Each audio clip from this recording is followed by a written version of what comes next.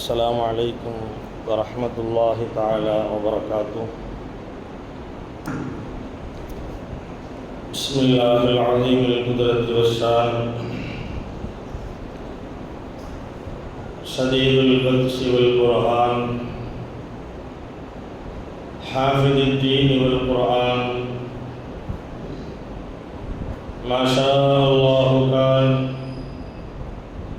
وما لم يشأ لم يكن لا حول ولا قوة إلا بالله العلي العظيم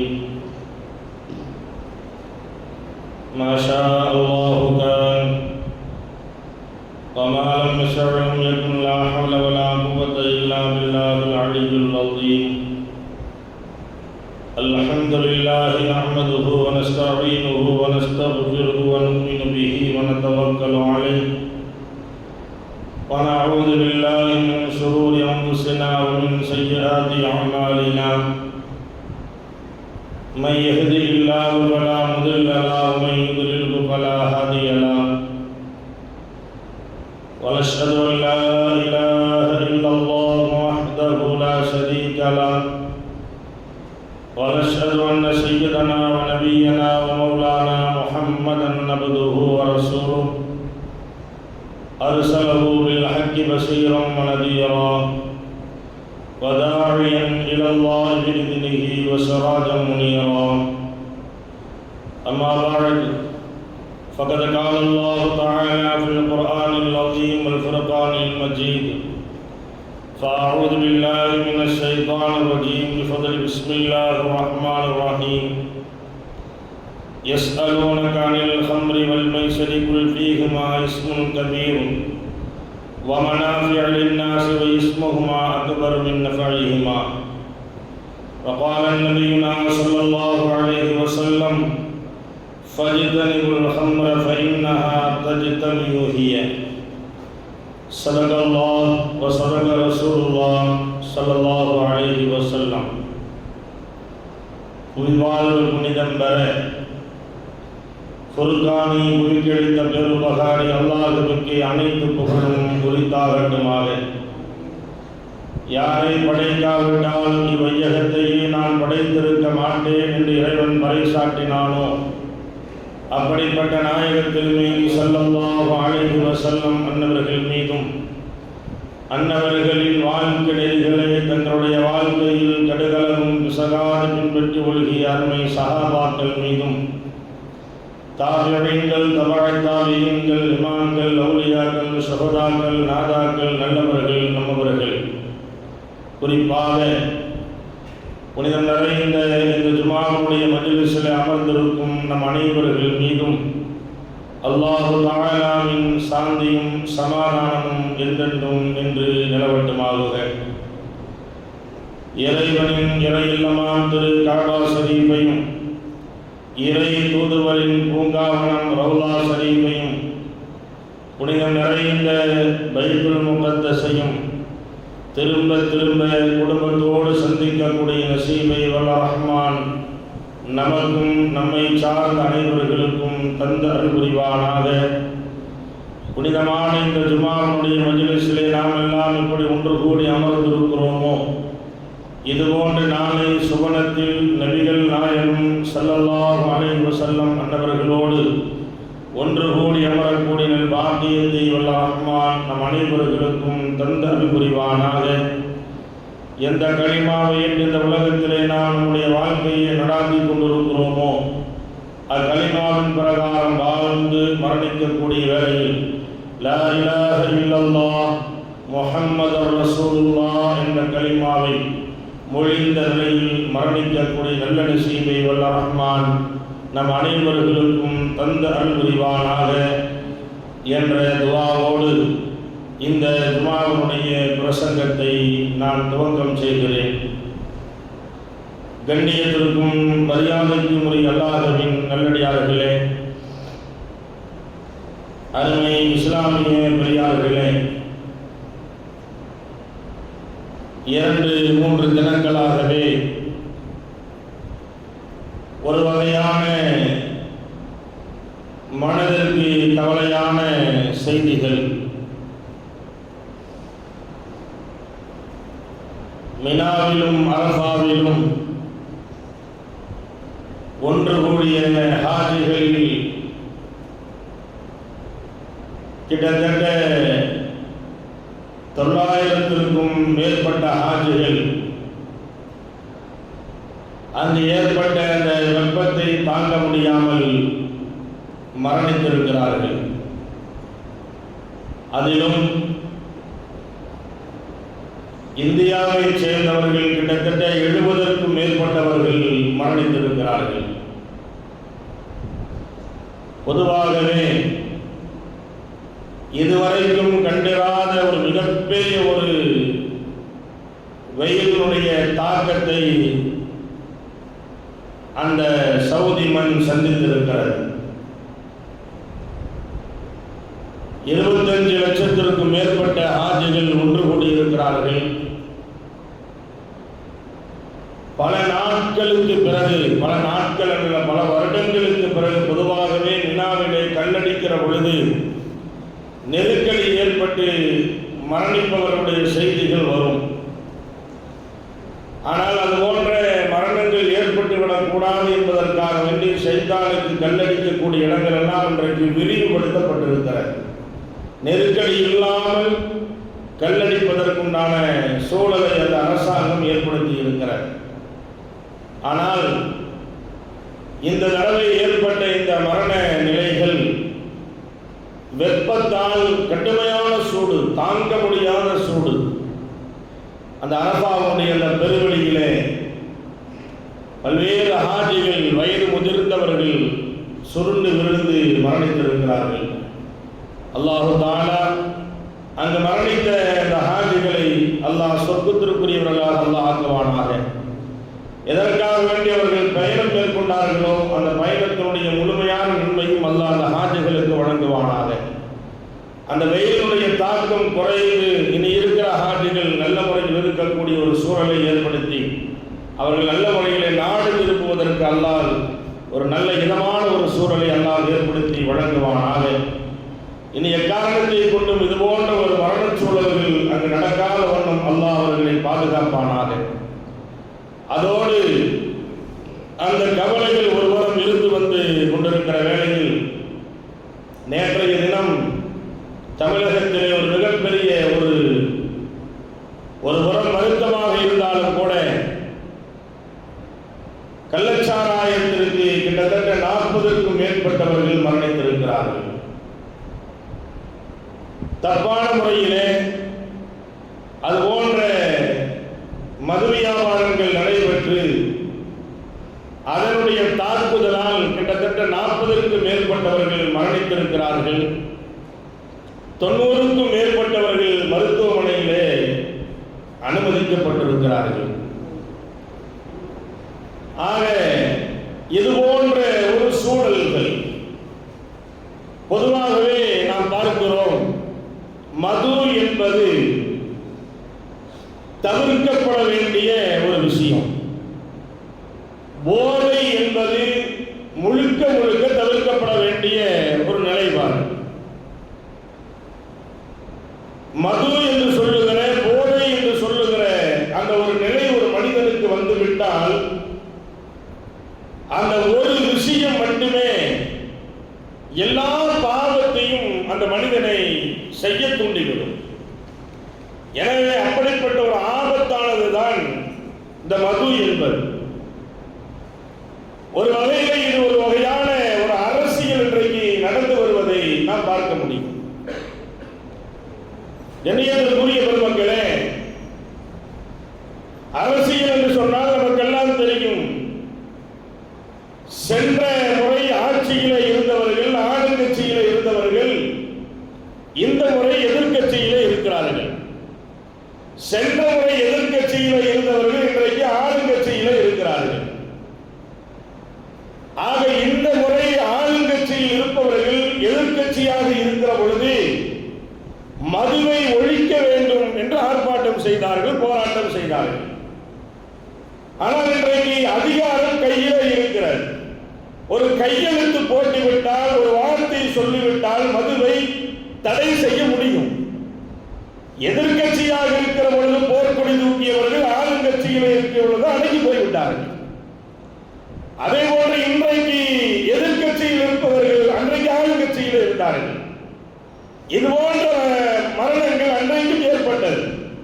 அன்றைக்கு அமைதியாக இருந்தார்கள், அதிகாரம் இருக்கிற பொழுது அமைதியாக இருந்தார்கள். இன்றைக்கு அதிகாரம் இல்லை, ஆனால் இவர்கள் ஆர்ப்பாட்டம் செய்து கொண்டிருக்கிறார்கள். ஆக ஏமாளிகள் நாம் தான், ஏமாந்து கொண்டிருப்பவர்கள் நாம் தான்.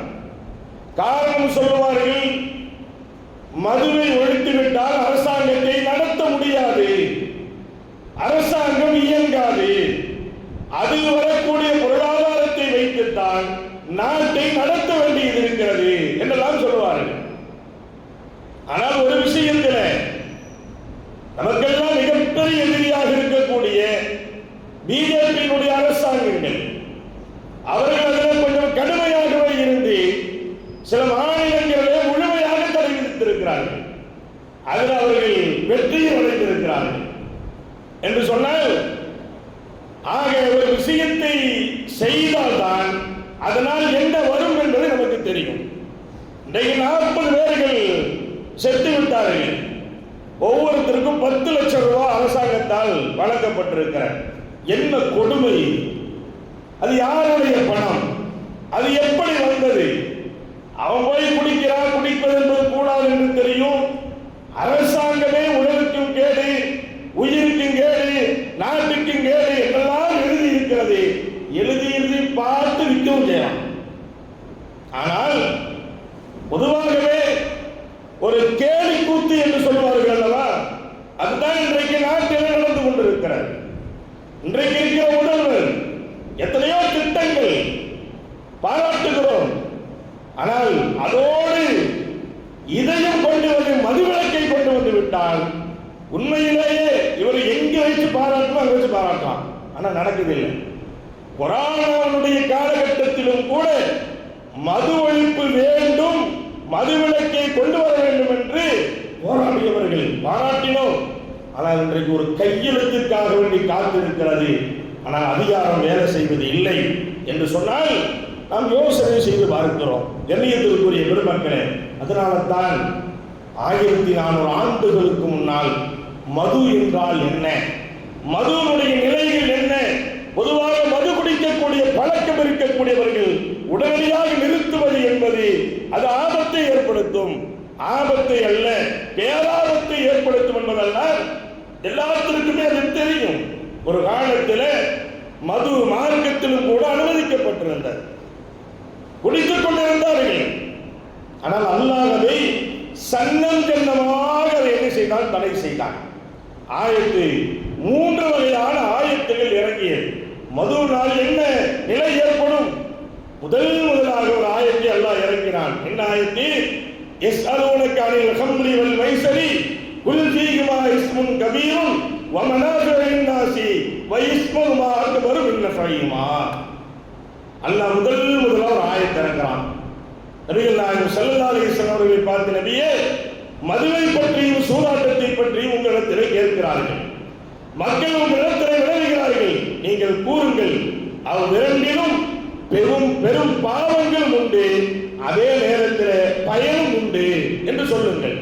ஆனால் அதாவது பயணத்தை விட எந்த அளவுக்கு பயன் தருகிறதோ அதை விட பாவம் நிறைந்திருக்கிறது என்பதை மக்களுடைய மனதிலே பதிவு செய்யுங்கள் என்று அல்லாஹ் சொன்னார்.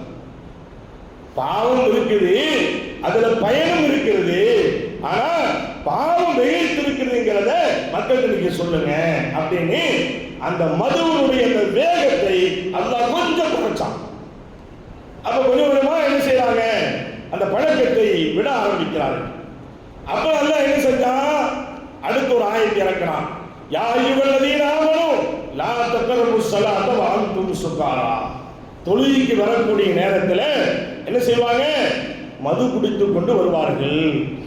அதனால அல்லாஹ் என்ன ஆயத்தை இறக்கினான்?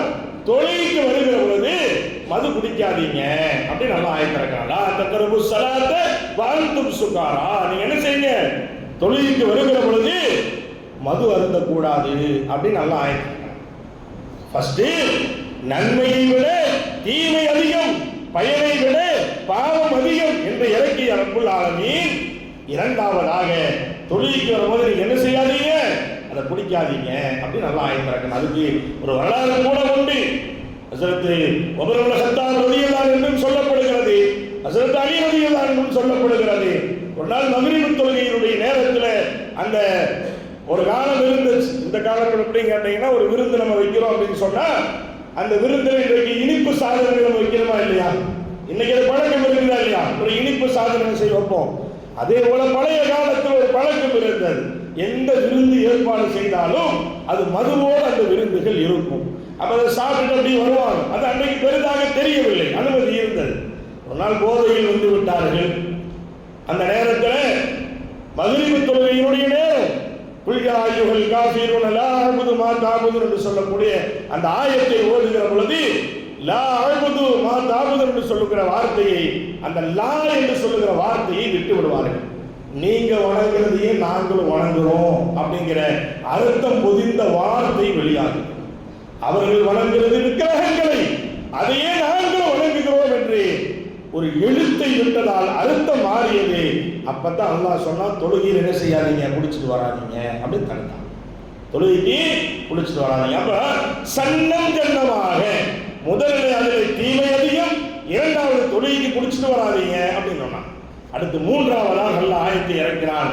யா அய்யுஹல்லதீன ஆமனூ இன்னமல் ஹம்ரு வல் மைஸிரு வல் அன்ஸாபு வல் அஸ்லாமு ரிஜ்ஸும் மின் அமலி ஷைத்தானி ஃபஜ்தனிபூஹு லஅல்லக்கும் துஃப்லிஹூன்.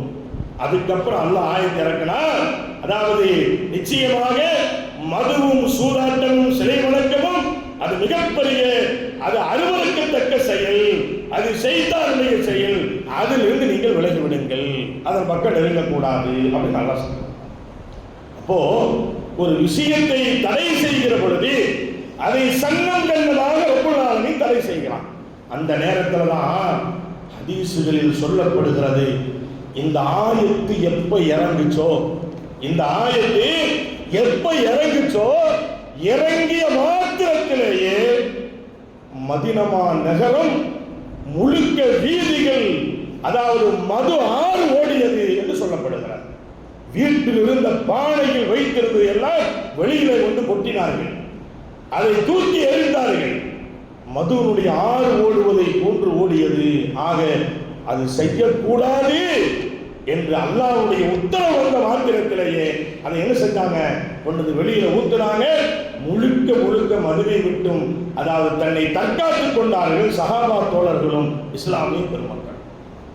கண்ணியத்திற்குரிய பெருமக்களே, நம்ம பார்க்கிறோம், இறை கட்டளை வந்த மாத்திரத்திலேயே அது எந்த அளவுக்கு தவிர்க்கப்பட வேண்டுமோ அந்த அளவுக்கு தவிர்க்கப்பட்டது. ஆனால் நேற்றைய தினம் 40 பேர் மரணித்ததில் ஒரு இஸ்லாமியரும் அதில் இருக்கிறார், ஒரு இஸ்லாமியரும் அதில் இருக்கிறார். அப்போ ஒரு அரசியல் தலைவர், சகோதர சமூகத்தைச் சேர்ந்த ஒரு தலைவர். பொதுவாகவே வந்து இந்த மாதிரி மரணங்கள் ஏற்பட்டுருச்சுன்னு என்ன செய்வாங்க, எல்லா அரசியல் தலைவரும் அங்கே போயிடுவாங்க. போகலைன்னா அரசாங்கம் அவங்களுக்கு வந்து என்ன செய்யாது, கட்சியில் அங்கீகாரம் கிடைக்காம போய்தான் ஆகும், போயிட்டாங்க. அதில் ஒருத்தர் பேட்டி கொடுக்கும்போது சொன்ன வார்த்தை, ஒவ்வொரு இஸ்லாமியர்களும் தங்களுடைய உள்ளங்களில் பதிவு செய்ய வேண்டிய ஒரு வார்த்தை. அவர் பேட்டி கொடுக்கிற பொழுது இஸ்லாமியர்களோடு நெருக்கமாக இருப்பதன் காரணமாக அவர் அந்த பேட்டியை கொடுக்கிறார். என்ன சொன்னார்னா, மது தடை, போதை தடை செய்யப்பட்ட மார்க்கம் இஸ்லாமிய மார்க்கம். தடை செய்யப்பட்ட ஒரு நிலையில் இருந்து அதை தெரிந்தும் கூட ஒரு இஸ்லாமியர் இதை போய் குடிச்சிருக்கிறாரு அப்படின்னு பார்க்கும்போது எனக்கு மனவேதனையா இருக்குது அப்படிங்கிறார். எனக்கு மனவேதனையா இருக்குது. அவருடைய மனைவியிட்ட நலம் விசாரிச்சுட்டு அந்த அம்மாவை பக்கத்தில் வச்சுட்டு என்ன செய்யறாரு, பேட்டி கொடுக்குறாரு. அந்த அம்மாவும் தலையில துண்டெல்லாம் போட்டு நான் தான் முஸ்லீம் காட்டிட்டு நிற்குது. நம்ம எதுக்கு இதை பேசணும் அப்படின்னு சொன்னீங்கன்னா, இன்னைக்கு இந்த மது பழக்கங்கள் என்பது நிறைய இன்றைக்கு அந்த போதையினுடைய பழக்க வழக்கங்கள் இன்றைக்கு அதிகமாகி கொண்டிருக்கிறது. அது எல்லா ரூபத்திலும் வந்திருக்கிறது, இன்றைக்கு எல்லா ரூபத்திலும் வந்திருக்கிறது. ஆனால் தடை செய்யப்பட்ட மார்க்கத்தில் அந்த மார்க்கத்தை ஏற்றுக்கொண்டவர்கள், கலிமா சொன்னவர்கள் அதன் பக்கம் நெருங்குகிறார்கள் என்று பார்க்கிற பொழுதுதான் மிகப்பெரிய வேதனைக்குரிய விஷயமாக இருக்கிறது. கண்ணியத்திற்குரிய பெருமக்களே, இந்த ஒரு பேட்டி, இந்த ஒரு செய்தி 40 பேர் என்ன செஞ்சிருக்கிறான், இறந்திருக்கிறான். எல்லா பேட்டிகளும் கொடுக்கப்படுகிற பொழுது இந்த ஒரு பேட்டி மட்டும், இந்த ஒரு தகவல் மட்டும் மீடியாக்கள் முழுக்க வந்துருச்சு. அப்ப பாத்துங்க, அப்ப எந்த அளவுக்கு இந்த சமூகத்தின் மேல் அவர்களுடைய சூழல்கள் இருக்கும் என்பதை பத்திரிகையாளர்கள் முதல் கொண்டு எப்படி வழங்கி வச்சிருக்கான்னு பாத்துங்க. அப்படி என்று சொன்னால், ஆக இதை போன்ற தவறுகளை செய்வதன் காரணமாக நமக்கு கெட்ட பேருங்கிறதை விட இந்த மார்க்கத்திற்கு மிகப்பெரிய அவப்பெயர். கண்ணியத்திற்குரிய விடுமக்களே, ஆக அதனால தான் 1400 ஆண்டுகளுக்கு முன்னாலேயே மார்க்கத்திலே இது அத்தனையுமே தடை செய்யப்பட்டு விட்டது. நபிகள் நாயகம் ஸல்லல்லாஹு அலைஹி வஸல்லம் அவர்கள் சொல்லுவார்கள், எந்த ஒருத்த மதுவை குடித்து விட்டானோ அவனுடைய 40 நாள் தொழுகை அது அப்படியே அது ஏற்கப்படாத அழிக்கப்பட்டு விடும் சொன்னாங்க ஸல்லல்லாஹு அலைஹி வஸல்லம். ஒரு மதுவை குடிச்சுட்டான் அப்படின்னு சொன்னா தொழுதிருந்தா 40 நாள் தொழுகாம இருந்தா, சில இடங்களில் ஒரு பழக்கம் இருக்குது, நல்ல ரொம்ப கடுமையான வேலைங்க, ரொம்ப சுமை, அதனால குடிச்சிட்டு என்ன செய்யுது, வேலையை முடிச்சுட்டு குடிச்சிட்டு வந்து படுத்துட்டு காலையில் எழுந்துச்சு நல்லா குடிச்சிட்டு அத்தனை போட்டு முன்சப்பில் வந்து நின்றுக்கிறது. புதுசாக நினைக்காதீங்க, இதெல்லாம் நிறைய இடங்களில் நடக்குது. தொழுகையாளி மாதிரியே காட்டிக்கிறது, அதையும் செஞ்சுக்கிறது, தொழுகையாளி மாதிரியே காட்டிக்கிறது, அதையும் செஞ்சுக்கிறது, எல்லா பக்கம் இருக்குது, இல்லாமலாம் இல்லை. அதனால ஸல்லல்லாஹு அலைஹி வஸல்லம் சொல்லுகிறார்கள், 40 நாளுடைய தொழுகை ஏற்கப்படாத அழிக்கப்பட்டு விடும். அடுத்து சொன்னாங்க ஸல்லல்லாஹு அலைஹி வஸல்லம், போதையை ஒரு மனிதன் அதாவது பயன்படுத்தி விட்டார் என்று சொன்னால் ஒரு காலம் ஒன்று செய்ய முடியாது, சொர்க்கத்திற்கு நுழைய முடியாது, அவன் தங்கக்கூடிய இடம் நரகம் தான். ஸல்லல்லாஹு அலைஹி வஸல்லம் சொல்றான், அவன் தங்கக்கூடிய இடம் தான் நரகம் தான். அடுத்து சொல்லுவார்கள் ஸல்லல்லாஹு அலைஹி வஸல்லம், அவனுடைய தௌபாவே ஏற்றுக்கொள்ளப்படாது, பாவ மன்னிப்பு அல்லாஹ் என்ன செய்ய மாட்டான், ஏற்றுக்க மாட்டான். பாவத்தை ஒரு வாய்ப்பு அவனுக்கு வழங்கப்படும், மன்னிப்பு, பிறகு மீண்டும் அதை செய்து விடுவான் என்று சொன்னால் அவன் ஒரு காலம் அவனுடைய தௌபா அங்கீகரிக்கப்படாது, புறக்கணிக்கப்பட்டு அவன் தூக்கி எறியப்படுவான் என்று சொன்னார்கள் கண்மணி ரசூலுல்லாஹி ஸல்லல்லாஹு அலைஹி வஸல்லம் அவர்கள். கண்ணியத்திற்குரியவர்கள், அடுத்து சொல்லுவார்கள் பெருமானார் ஸல்லல்லாஹு அலைஹி வஸல்லம் அவர்கள், எந்த ஒரு மனிதன் மதுவை தன் நாவிலே வைத்து விட்டானோ, வாயிலே வைத்து விட்டானோ, அதை குடித்து விட்டானோ, நாளை மறுமையிலே நரகவாதிகளுடைய அவருடைய மேடையிலிருந்து வெளியேறக்கூடிய சலம் போன்றதெல்லாம் அது காய்ச்சி அவருடைய வாயிலே ஊட்டப்படும் என்று சொன்னார்கள் கண்மணி ரசூலுல்லாஹி ஸல்லல்லாஹு அலைஹி வஸல்லம் அவர்கள். அப்படி என்றால் நாம் எண்ணி பார்க்கிறோம், மதுவருடைய பழக்கங்கள் என்பது ரொம்ப ரொம்ப மோசமான ஒரு நிலைக்கு இன்றைக்கு சமூகத்தில் போய் கொண்டிருக்கிறார். அதனால் இன்றைக்கு பார்க்கிறோம், இன்னைக்கு எல்லாமே ஒரு பரிதாபத்தோடு பார்க்கிற நிலை. பரிதாபம் குடிச்சு செத்து போனவனை பார்த்து பரிதாபம் அல்ல, குடிச்சு செத்து போனவனுக்காக வேண்டி பரிதாபம் அல்ல, அவர்கள் விட்டு சென்ற அந்த பச்சிலம் குழந்தைகள், இந்த குழந்தைகளுடைய நிலை எண்ணி பாருங்க.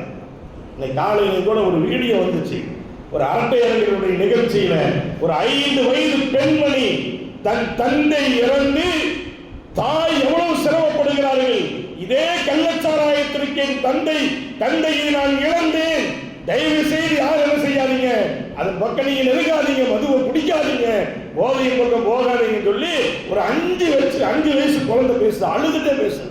அங்கு இருக்கிற கூட்டத்தில் இருக்கிற அத்தனை பேர்களும் கண்காணிக்கிறார்கள்.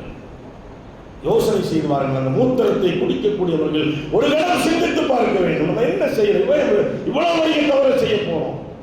அது மட்டும் வாய்க்குள்ள போயிடுச்சுன்னா அம்மா யாரு, மனைவி யாருன்னு தெரியாது, தந்தை யார், தலையன் யார் என்று தெரியாது, எல்லாமே மாறி போயிடும்.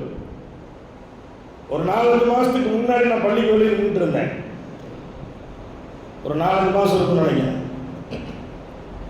எப்பவுமே இந்த பக்கம் போகும்போது அஸ்ஸலாமு அலைக்கும் சொல்லுவார், வாலைக்கும் அஸ்ஸலாம் சொல்லுவேன். ஒரு தடவை சொல்லிட்டு போனார் சலாம், கொஞ்சம் வித்தியாசமாகவே இருந்தது. சலாத்தை பார்த்தோன்னே வாலைக்கும் சொல்லிட்டு உள்ள வந்துட்டேன். அப்பதான் தெரியும் அவர் 8 போட்டுக்கிட்டே போறாரு. சலாத்துல வித்தியாசம் வந்தோடனே பார்த்துட்டேன், ஓ ரைட்டு முடிச்சு. நான் திரும்பி இந்த பக்கம் போய் பார்க்கிறேன், 8 போட்டுக்கிட்டே போறாரு, அப்படியே ரோட்டை அளந்துக்கிட்டே போயிட்டு இருக்கிறார். அதுக்கப்புறம் இந்த பக்கம் வர்றதில்லை. ஆனா நான் பார்த்தேன், ஒரு வாரம் விட்டு இதே வீதியில் ஒரு இடத்துல பார்த்து பிடிச்சி நிறுத்தினேன். அப்ப நல்லா தான் இருந்தார், அப்படி இருந்தாரான்னு கேட்டாரு. அப்புறம் பேசினேன், ஒரு 10 நிமிஷம் பேசினேன் அவர்கிட்ட. அதுக்கு பிறகு இதுவரைக்கும் நான் பார்க்கிறேன், அந்த தோரணையில நான் பார்க்கல. இனி எல்லாம் வாழும், உள்ள என்ன நடக்குது நமக்கு தெரியாது. இப்போ எதுக்கு சொல்றேன் கேட்டீங்கன்னா, முஸ்லீம் 4-5 பெண் பிள்ளைகள் இருக்கிறாங்க, திருமணம் முடிச்சிருக்காங்க. இதே போலத்தான் ஒரு 5 வருஷத்துக்கு முன்னாடி நமது பகுதியிலே ஒரு திருமணத்திற்காக வேண்டி நம்ம உட்கார்ந்து இருக்கிறோம். ஈசால் கபூல் சொல்லிக் கொடுக்கறதுக்காக வேண்டி தன்னுடைய பிள்ளைக்காக வேண்டி கையை கொடுக்கிறார். இவருக்கு சொல்லிக் கொடுக்க முடியாது சொல்லி சதசு வந்து வெளியேற்றினேன். வந்து உட்கார்ந்து பக்கத்தில் நாட்டோம். உன்ன பக்கத்தில் மச்சின வந்து சொல்றாரு, அஜித் அது ராத்திரி போட்டதா, இப்போ போடல, அது ராத்திரி இருந்து போட்டிருக்கிறாரு, மயிலாட்சிக்கு போட்டாராம். அந்த மூதேவி சரி அறிவு வேலை கொஞ்சமாவது, பிள்ளைக்கு கல்யாணம், அந்த முசீபத்தை ஒரு 2 நாளையே விட்டு தொலைக்க வேண்டாம். அதோட வந்து உட்கார்ந்துருக்கான். எல்லாம் அந்த பக்கம் இந்த பக்கம் திரும்பி பார்க்குறாங்க. நாட்டத்தை பார்த்தோன்னே அப்புறம் துரத்தி விட்டு தாய் மாமனை கூப்பிட்டு உட்கார வச்சு, அந்த பிள்ளைக்கு வந்து சோதனை என்ன செய்ய முடியும், சூழ்நிலை அப்படி துரத்தி விட்டு என்ன செஞ்சோம், நிக்கா ஓதணும் அப்படின்னு சொன்னா நம்ம என்ன பார்க்கிறோம்னா, முஸ்லீம் என்ற நிலையில் இருந்தும் கூட இவ்வளவு மோசமான ஒரு நிலைமை. தெரியும் குடிக்க கூடாதுன்னு தெரியும். அதனால தான் நிறைய நீ அடித்து நீங்க எல்லாம் இப்படியெல்லாம் சொல்லுவீங்கன்னு தெரிஞ்சுதான் நாங்கள் நரம்பு வழியை ஊசியில ஏற்றிடுறோம். வாசமே வராது, நீ பார்ப்போம், அவ்வளோதான், ஊசியிலே ஏற்றிடுவோம். இப்போ அப்படி போயிட்டு இருக்கு, ஊசியில் போயிட்டு இருக்கு. தயவு செய்து பாசத்திற்குரிய இளைஞர்கள், தயவு கூறி விளையாட்டுக்கு சொல்லுவதற்கோ சிரிப்பதற்கு சொல்லுவதற்கு அல்ல, உங்களுடைய பெற்றோர்களை எண்ணிப்பாருங்கள், உங்களுடைய எதிர்காலத்தை எண்ணிப்பார்கள், உங்களுடைய எதிர்காலத்தை எண்ணிப்பார்கள், வாழ்க்கையை மாற்றுங்கள். தவறு என்பது ஏதாவது மூலியமாக தவறை செய்வோம், இல்லை என்று சொல்லவில்லை. ஆனால் தவறே வாழ்க்கையாக மாறிவிடக்கூடாது, தவறே வாழ்க்கையாக மாறிவிடக்கூடாது. மாற்றம் நமக்கு தேவைப்படுகிறார். அடுத்து சொல்லுவாங்க நபிகள் நாயகம் ஸல்லல்லாஹு அலைஹி வஸல்லம் அவர்கள் எந்த அளவுக்கு எச்சரிக்கை செய்கிறார் என்று சொன்னால், ஒரு மனிதன் மது குடித்து அவன் நோயாளியாக ஆக்கப்பட்டால் அவனை போய் நலம் விசாரிக்காதீங்க சொன்னாங்க ஸல்லல்லாஹு அலைஹி வஸல்லம். என்ன செய்யாதீங்க, நலம் விசாரிக்காதீங்க சொல்றாங்க. அப்ப எந்த அளவுக்கு மது குடிப்பவன் மீது இந்த சமூகம் மார்க்கம் எச்சரிக்கை செய்கிறது என்பதை நாம் எண்ணி பார்க்க வேண்டும். அதே போல சிலர்களை பெருமானார் ஸல்லல்லாஹு அலைஹி வஸல்லம் அவர்கள் கடுமையான முறையில் சபித்தார்கள். சிலர்களை சபித்தாங்க ஸல்லல்லாஹு அலைஹி வஸல்லம். யார் அவர்கள்? அதுல முதல்ல மதுவை தயாரிக்கக்கூடியவன், யார் அதை தயாரிக்கிறானோ அவனை பெருமானார் ஸல்லல்லாஹு அலைஹி வஸல்லம் அவர்கள் சபித்தார்கள். இரண்டாவது நபர் தயாரிக்கிறதுக்கு யார் உதவி செய்யறானோ அவனை சபித்தார்கள் பெருமானார் ஸல்லல்லாஹு அலைஹி வஸல்லம் அவர்கள். அடுத்து சொல்லுவார்கள் அதே போன்று அதை யார் குடிக்கிறானோ அவனை சபித்தார்கள். அது எவ்வளவு பெரிய ஒரு மோசமான ஒரு செயல், அந்த மக்களை நெருங்கி விட்டானே என்று சொல்லி அவனை சபித்தார்கள். அதே போன்று அடுத்து 4வதாக அது யாரை ஊத்தி கொடுக்கிறானோ அவனையும் சபித்தார்கள். வட்டிக்கு எப்படி தண்டனையோ, வட்டி நம்ம நினைச்சிட்டு இருக்கோம் வாங்குறவன் கொடுக்கிறவன் மட்டும் தான் குற்றவாளி, அப்படி அல்ல. வாங்குறவன் கொடுக்கிறவன் சாட்சிக்கு நிற்கிறவன் பேனா கொடுத்தவன் அது போற நேரத்தில் வந்து பாரு பேனா கொடுங்க நான் எழுதிக்கிறேன், பேனாவை கொடுத்தாலும் அதே தண்டனை தான். அவ்வளவு மோசமானது. அதே போலதான் இது, நான் குடிக்கிறேன் ஆனால் ஊத்தி கொடுத்தேன். எவ்வளவு ஸல்லல்லாஹு அலைஹி வஸல்லம் அவர்கள் 1400 வருஷத்துக்கு முன்னாடி சொல்றாங்கன்னா இது மாதிரி எல்லாம் நடக்குங்கிறதுனால இவ்வளவு செய்திகள் சொல்லப்பட்டிருக்கிறார். அதே போல அடுத்து சொல்லுவார்கள் அதை யார் தூக்கிட்டு போனாலுமே வாங்கிட்டு வர்ற ஒருத்தனாரும் குடிக்கிற ஒருத்தனாரும் தானே.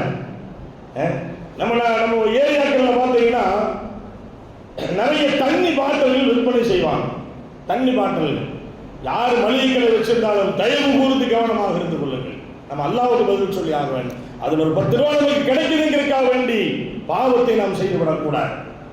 தண்ணி பாட்டில் இருக்குங்கிட்ட தண்ணி கலக்கி குடிக்கலாம். என்ன சொல்றாங்க அஜித்து, இந்த அளவுக்கு ஆய்வு செஞ்சீங்களான்னு கேட்டுறாருங்க. கல்லை குடிச்சு இன்னைக்கு நம்மளுக்கு பேச வச்சிருக்கு, அதான் விஷயம். அப்போ தண்ணி பாட்டில் நிறைய வாங்குவாங்க அப்படிங்கிறதுக்காண்டி தண்ணி வியாபாரங்கள் நிறைய செய்யப்படுகிறது. இதெல்லாமே வந்து அதற்கு ஒத்துழைப்பு கொடுப்பதற்கு சமம்.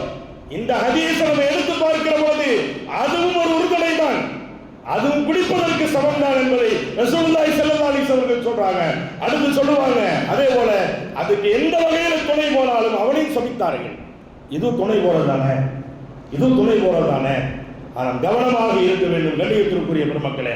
அடுத்து சொல்லுவார்கள் ஸல்லல்லாஹு அலைஹி வஸல்லம் அவர்கள் அதை விற்பனை செய்யக்கூடியவன், அதே போன்று அதை வாங்க செல்லக்கூடியவன், அதை யாருக்காவது வாங்கி நான் குடிக்கலைங்க, ஆனால் அன்பளிப்பு கொடுக்குறேன். இது நிறைய வசதியானவங்களுக்கு நடக்குது. பெருநாள் அன்னைக்கு அன்பளிப்பு வாங்கி கொடுக்குறது. நம்ம ரொம்ப நெருங்கிய நண்பருங்க, அவர் நம்ம பெருநாள் அன்னைக்கு எனக்கு அது இது ஸ்வீட்லாம் வாங்கி கொண்டு தருவார். அதனால் அவங்க தீபாவளிக்கு நம்ம பெருநாளுக்கு என்ன செய்யறது, அவங்களுக்கு இதை அன்பளிப்பாக கொடுத்துட்றது. அவர் தீபாவளிக்கெல்லாம் கொண்டு தருவார், நம்ம பெருநாளுக்கு நம்ம வாங்கி கொடுத்துட்றது. நம்ம காசு தானே கொடுக்க போகிறோம், வாங்கி தானே கொடுக்க போகிறோம். நம்ம குடிக்கலையே, நம்ம கூட உட்காரலையே.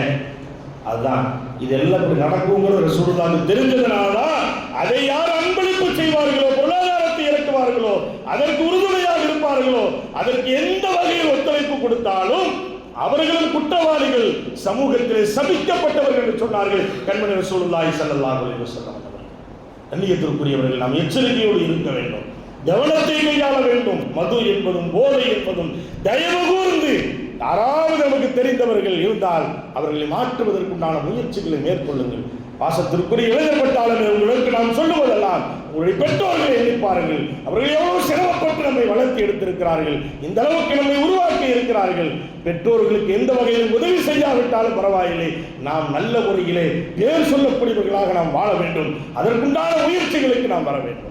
என் பையன் போயிட்டான், தெரிந்து அதுக்கு போயிட்டான், இதுக்கு போயிட்டான், தயவு செய்து இளைஞர்கள் அந்த பக்கம் யாரும் சென்று விடக்கூடாது சொன்னாங்க நபிகள் நாயகம் ஸல்லல்லாஹு அலைஹி வஸல்லம் அவர்கள். கண்ணியத்திற்குரியவர்களே, மதுவின் பக்கம் நெருங்கக்கூடியவன் நரகத்தினுடைய வாசலுக்கு சென்றிருக்கிறான் என்று சொன்னார்கள். நரகத்தினுடைய வாசலுக்கு அவன் சென்று விட்டான் என்று சொன்னார்கள். அப்படி என்றால் நாம் எண்ணி பார்க்கிறோம், மது என்பது, போதை என்பது எல்லா தவறுக்கும் அதுதான் அடித்தளம். சிலர்கள் சொல்லுவாங்க, நாங்களாம் குடிக்கவே மாட்டாங்க, ஆனால் வருஷத்துக்கு ஒரு தடவை டூர் போவோம், இளைஞர்களோட வருஷத்துக்கு ஒரு தடவை டூர் போவோம். போய் அங்கே போய் என்ன செஞ்சுறது, எங்கேயாவது போய் மூத்திரத்தை குடிச்சிட்டு ஆட்டை போட்டு 2 நாள் 3 நாள் கழிச்சுட்டு வந்தாங்க. நான் யாருடைய கண்ணை வேணாலும் மறைச்சிடலாம், அல்லாஹ்வுடைய கண்ணை மறைக்க முடியாது. அல்லாஹ்வுடைய பார்வையிலிருந்து நாம் தப்ப முடியாது. அந்த சோதனை ஏதாவது ஒரு வகையிலே நமக்கு பாதிப்பை ஏற்படுத்தும் அல்லது நம்முடைய பிள்ளைகளுக்கு பாதிப்பை ஏற்படுத்தும். நீங்க பார்க்கிறோம், எத்தனையோ பெற்றோர்கள் செய்கிற சிறு சிறு தவறுகள் பிள்ளைகளை பாதித்து விடுகிறது. அந்த பிள்ளைகளை வைத்து சீரழியக்கூடிய சூழலை அல்லாஹ் ஏற்படுத்தி விடுகிறானா இல்லையா? நாம் செய்கிற சிறு சிறு தவறுகளுடைய பாதிப்பு நமக்கு வந்தா பரவாயில்ல, நாம் பெற்றெடுத்த பிள்ளைகளுக்கு வருகிறவர்கள் எப்படி ஏற்றுக்கொள்ள முடியும்? யோசனை செய்யணும். ஜாலி இருக்கிறோம் நண்பர்கள், அதாவது நம்ம ஃப்ரெண்டுகளும் சொல்லுவாங்க, ஈடு பிடிக்கிறோம் ஒரு நாளைக்கு தானப்பா, எல்லாம் ஒரு நாளைக்கு தான். அந்த ஒரு நாள் உங்களுடைய பல நாட்களுடைய கனவுகளை அழித்து விடும், வாழ்க்கையை அழித்து விடும். ஜாலியாக இருப்பதற்கு பல்வேறு வகையான வழிகள் இருக்கிறது. அப்படியெல்லாம் இருக்கா, ஜாலியாக இருக்கக்கூடாதுனால மார்க்கு சொல்லலை. உலகத்தை சுத்தி பார்க்க வேண்டும், எல்லா பக்கம் போகணும், எல்லா பக்கம் வரணும், அதெல்லாம் பார்க்க வேண்டியதான், அனுமதி இருக்கிறது. ஆனால் ஹராமின் பக்கம் நெருங்கி விடக்கூடாது, ஹராமின் பக்கம் போய்விடக்கூடாது. அதில் நம்ம என்ன ரொம்ப ரொம்ப பாதுகாப்பாக இருக்க வேண்டும். மது என்பது அப்படித்தான். பாசத்திற்குரிய பெருமக்களே, வெளியிலே சென்று விட்டால் யாருக்கும் தெரியாது என்று சொல்லி நாம் தொட்டு நக்கி விட்டு வந்து விடுவோம். அந்த ஒரு சொட்டு அந்த நக்குதல் இருக்கிறதே, அந்த நுகர்ந்து பார்ப்பதில் இருக்கிறதே, அது மிகப்பெரிய ஒரு சரிவை நமக்கும் நம்முடைய குடும்பத்திற்கும் ஏற்படுத்தி அல்லாஹ் நம்மை காப்பாற்றுவானாக. கண்ணியத்திற்குரிய பெருமக்கள், எனவேதான் இன்றைக்கு நாம் பார்க்கிறோம், மது என்பது அந்த கள்ளச்சாராயங்களுக்கு இன்றைக்கு என்ன செஞ்சிருக்கிறாங்க, 40 பேர்.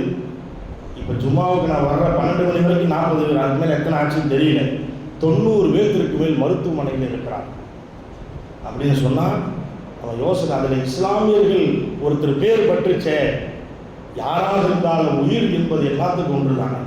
கண்ணியத்திற்குரியவர்களே, ஆக இது போன்ற தவறுகளிலிருந்து நாம் நம்மை பாதுகாத்துக் கொள்ள வேண்டும். பொதுவாகவே அரசாங்கத்தால் இன்றைக்கு நாம் பார்க்கிறோம், 50 ஆண்டு கால வரலாற்றில், இந்தியாவில் 50 ஆண்டு கால வரலாற்றில் பல லட்சம் பேர் இந்த கள்ளச்சாராயங்களுக்கே உயிர் போயிருக்கிறார். ஒவ்வொரு மாநிலத்தினுடைய கணக்குகளை எடுத்தால் 1 லட்சம், 1.5 லட்சம், 3 லட்சம், 5 லட்சம் போய்கொண்டிருக்கிறது என்று சொன்னால், அந்த நேரத்தில் அரசாங்கத்தால் சில நிதிகள் அறிவிக்கப்படும். இறக்கம் என்ன செய்யும், இரங்கலை அறிவிப்பார்கள், அதோட முடிஞ்சிடும். குடும்பத்திற்கு போனோம். அதான் கேட்கிறது, என்ன செய்யணும் அப்படின்னு கேட்டீங்கன்னா, அரசாங்கம் இப்போ 10 லட்சம் ரூபாய் என்ன செஞ்சிருக்கு, அறிவிப்பு செஞ்சிருக்குது. இது மிகப்பெரிய தவறு என்று நாம் சொல்லுகிறோம். அதை படிக்கக்கூடிய மக்களுக்கு கொடுக்கலாம். எத்தனை பேர் படிக்காமல் இருக்கிறாங்க? ஆனா அதை போய் குடிச்சிருக்க, ஏதாவது அவருடைய குடும்பத்திற்காக வேண்டி உதவி செய். அரசாங்கத்திற்கு அது கடமை இருக்கிறது, ஏதாவது செய்ய வேண்டும். ஆனால் இவ்வளவு பெரிய தொகை என்பது யாருடைய தொகை? அது படித்து, அதாவது எதிர்காலத்தை நல்ல முறையில் உருவாக்குவதற்கு இது போன்ற செலவினங்களை செய்தால் அதை மனதால் நாம் ஏற்றுக்கொள்ள முடியும். வருத்தத்தோடு பதிவு செய்கிறோம் கண்ணியத்திற்குரிய பெருமக்களே. ஆக இது போன்ற போதைகளுக்கு நாம் என்ன செய்யக்கூடாது? அடிமைகளாகிவிடக் கூடாது. அது எந்த வகையான போதையாக இருந்தாலும் சரி, எந்த ரூபத்தில் இருந்தாலும் சரி, எந்த நிலையில் இருந்தாலும் சரி, தயவு கூர்ந்து நமக்கு தெரிந்தவர்கள், நமக்கு அண்டை வீட்டார்கள், நமக்கு பழக்கமானவர்கள் அல்லது மகல்லாவை சேர்ந்தவர்கள் யார் நம்ம கண்ணுக்கு தெரிந்தாலும் அவரிடத்தில் உபதேசத்தை எடுத்து வையுங்கள். தயவு கூர்ந்து அதிலிருந்து வெளியிலே வர வேண்டும். காரணம் என்னவென்று சொன்னால், எதிர்காலத்தை அவர்கள் சிந்திக்க வேண்டும், மார்க்கத்தை சிந்திக்க வேண்டும், அவருடைய பெற்றோர்களை சிந்திக்க வேண்டும். சில தாய்மார்கள் அழுவதை பார்க்கிற பொழுது ரொம்ப மனவேதனையாக இருக்கிறது. 10 மாசம் நம்மை சுமந்து இருக்கிற பொழுது அவர்கள் பட்ட அந்த வேதனைகளும் கவலைகளும் சிரமங்களும் என்ன, அது கொஞ்சமாவது ஒரு 5 நிமிஷம் தனியா உட்கார்ந்து சிந்தித்து பார்த்து அது போன்ற பழக்க வழக்கங்கள் இருந்தால் மாற்றத்தை ஏற்படுத்தி கண்ணியத்திற்குரிய பெருமக்களே, போதை இல்லாத, அதாவது அரசாங்கம் சட்டம் போடுகிறதோ இல்லையோ, அரசாங்கம் ஒரு காலம் சட்டம் போடாது. நான் ஆரம்பத்திலே சொன்னது போன்று அப்படித்தான்.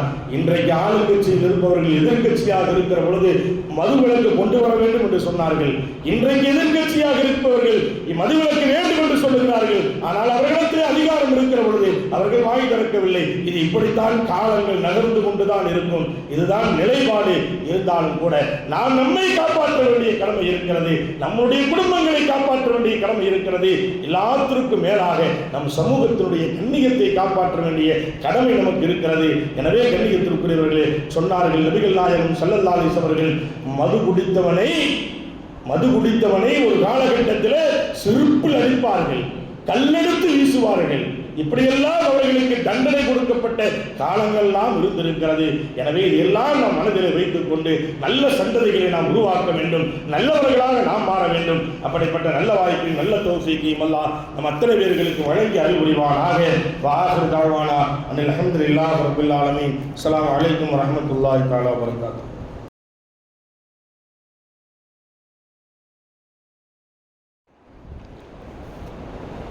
السلام عليكم ورحمة الله تعالى وبركاته. بسم الله العظيم القدرة والشان شديد البطش والبرهان حافظ الدين والقرآن ما شاء الله كان وما لم يشأ